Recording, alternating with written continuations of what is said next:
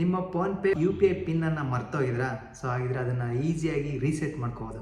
So ಅದು ಹೇಗೆ ಅಂತ ತಿಳಿಸ್ಕೊಡ್ತೀನಿ. ಸೊ ಅದಕ್ಕಿಂತ ಮುಂಚೆ ಈ ವಿಡಿಯೋಗೆ ಒಂದು ಲೈಕ್ ಮಾಡಿ. ಸೊ ಯಾರು ಹೊಸ್ತಾ ನೋಡ್ತಾ ಇದ್ದರೆ ಆ್ಯಸ್ ಯೂಶುವಲ್ ಸಬ್ಸ್ಕ್ರೈಬ್ ಮಾಡೋದನ್ನು ಮರಿಬೇಡಿ. ನಿಮ್ಮ ಫೋನ್ಪೇ ಮೇಲೆ ಕ್ಲಿಕ್ ಮಾಡಿ. ಸೊ ಈ ರೀತಿಯಾಗಿ ಓಪನ್ ಆಗುತ್ತೆ. ನಿಮಗೆ ಕಾಣ್ತಾ ಇರೋದು ಇದು ನ್ಯೂ ಅಪ್ಡೇಟೆಡ್ ಫೋನ್ಪೇ, ಓಕೆನಾ. ಸೊ ನಿಮಗೆ ಕಾಣ್ತಾ ಇರ್ಬೋದು ಲೆಫ್ಟ್ ಸೈಡಲ್ಲಿ ನಿಮ್ಮ ಪ್ರೊಫೈಲ್ ಮೇಲೆ ಕ್ಲಿಕ್ ಮಾಡಿ. ಸೊ ನಿಮ್ಮ ಪ್ರೊಫೈಲ್ ಮೇಲೆ ಕ್ಲಿಕ್ ಮಾಡಿದ ತಕ್ಷಣ ನಿಮಗೆ ಕಾಣ್ತಾ ಇರ್ಬೋದು ನಿಮ್ಮ ಪ್ರೊಫೈಲ್ ಓಪನ್ ಆಗುತ್ತೆ. ಇಲ್ಲಿ so QR code, UPI ID and manage payment ಅಂತ ಇದೆ. ಸೊ ಪಕ್ಕದಲ್ಲಿ ಮೇನೇಜ್ ಪೇಮೆಂಟ್ ಮೇಲೆ ಕ್ಲಿಕ್ ಮಾಡಿ.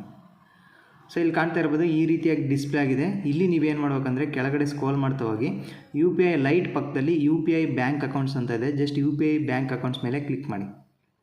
ಸೊ ನಿಮಗೆ ಕಾಣ್ತಾ ಇರ್ಬೋದು federal bank and Karnataka bank. So ಇವೆರಡು ಬ್ಯಾಂಕ್ ಈ ರೀತಿಯಾಗಿ ನಿಮ್ಮ ಫೋನ್ಪೇಯಲ್ಲಿ ಲಿಂಕ್ ಆಗಿರುವ ಬ್ಯಾಂಕ್ ಅಕೌಂಟ್ ಡಿಸ್ಪ್ಲೇ ಆಗುತ್ತೆ. ಸೊ ನೀವು ಯಾವುದನ್ನು ಪಾಸ್ವರ್ಡ್ ಅಂದರೆ ಯಾವ ಬ್ಯಾಂಕಿನ ಪಾಸ್ವರ್ಡ್ ಮರ್ತೋಗಿದ್ರೋ ಸೊ ಆ ಒಂದು ಬ್ಯಾಂಕ್ ನೇಮ್ ಮೇಲೆ ಕ್ಲಿಕ್ ಮಾಡಿ.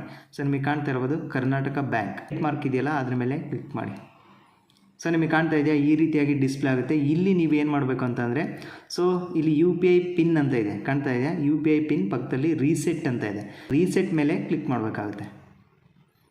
ರೀಸೆಟ್ ಮೇಲೆ ಕ್ಲಿಕ್ ಮಾಡಿ. ಸೊ ರೀಸೆಟ್ ಮೇಲೆ ಕ್ಲಿಕ್ ಮಾಡಿದ ತಕ್ಷಣ ನಿಮಗೆ ಕಾಣ್ತಾ ಇರ್ಬೋದು Aadhaar number and debit card ಅಂತ ಇದೆ. ಅಕಸ್ಮಾತ್ ಡೆಬಿಟ್ ಕಾರ್ಡ್ ಇಲ್ಲ ಅಂದರೆ ಆಧಾರ್ ನಂಬರ್ ಮೇಲೆ ಕ್ಲಿಕ್ ಮಾಡಿಬಿಟ್ಟು ಜಸ್ಟ್ ಆ OTP ಬರುತ್ತೆ, OTP ಎಂಟರ್ ಮಾಡಿದರೆ ಸೊ ನ್ಯೂ ಪಾಸ್ವರ್ಡನ್ನು ಎಂಟರ್ ಮಾಡಿಬಿಟ್ಟು ಜಸ್ಟ್ ನೀವು ಓಕೆ ಕೊಡಬೇಕಾಗುತ್ತೆ.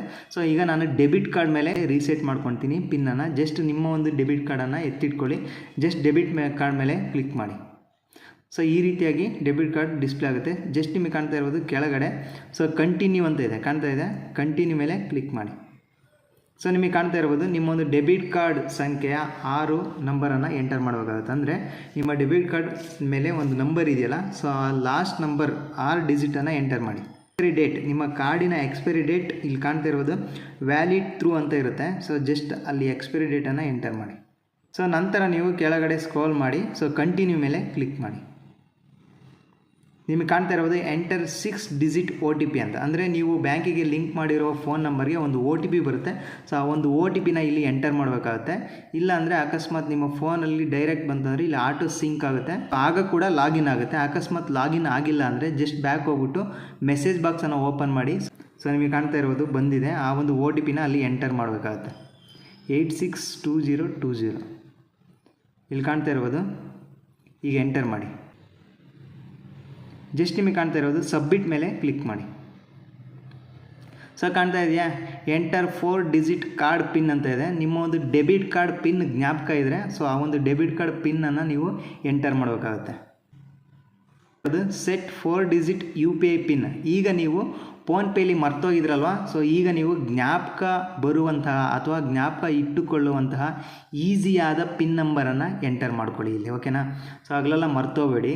ಸೊ ಜಸ್ಟ್ ಆ ಒಂದು ಪಿನ್ನನ್ನು ಎಂಟರ್ ಮಾಡಿಬಿಟ್ಟು ಸಬ್ಮಿಟ್ ಮೇಲೆ ಕ್ಲಿಕ್ ಮಾಡಿ. ಮತ್ತೆ ಕನ್ಫರ್ಮ್ 4 ಡಿಜಿಟ್ UPI ಪಿನ್ ಅಂತ ಇದೆ. ಸೊ ಅದೇ ಪಿನ್ನನ್ನು ಮತ್ತೆ ಎಂಟರ್ ಮಾಡಿ. ಮತ್ತೆ ಸಬ್ಮಿಟ್ ಮೇಲೆ ಕ್ಲಿಕ್ ಮಾಡಿ. ಸೊ ಈ ರೀತಿ ಈಸಿಯಾಗಿ UPI ಪಿನ್ನನ್ನು ನೀವು ರೀಸೆಟ್ ಮಾಡ್ಕೋಬೋದು. ಸೊ ಈ ವಿಡಿಯೋ ನಿಮಗೆ ಹೆಲ್ಪ್ಫುಲ್ ಆಗಿದೆ ಅಂತ ಅಂದ್ಕೊತೀನಿ. ಹೆಲ್ಪ್ಫುಲ್ ಆಗಿದ್ರೆ ಒಂದು ಲೈಕ್ ಮಾಡಿ. ಸೊ ಹಾಗೆ ಯಾರಾದರೂ ಹೊಸ್ತಾ ನೋಡ್ತಾ ಇದ್ದರೆ ಆ್ಯಸ್ ಯೂಶುವಲ್ ಸಬ್ಸ್ಕ್ರೈಬ್ ಮಾಡೋದನ್ನು ಮರಿಬೇಡಿ.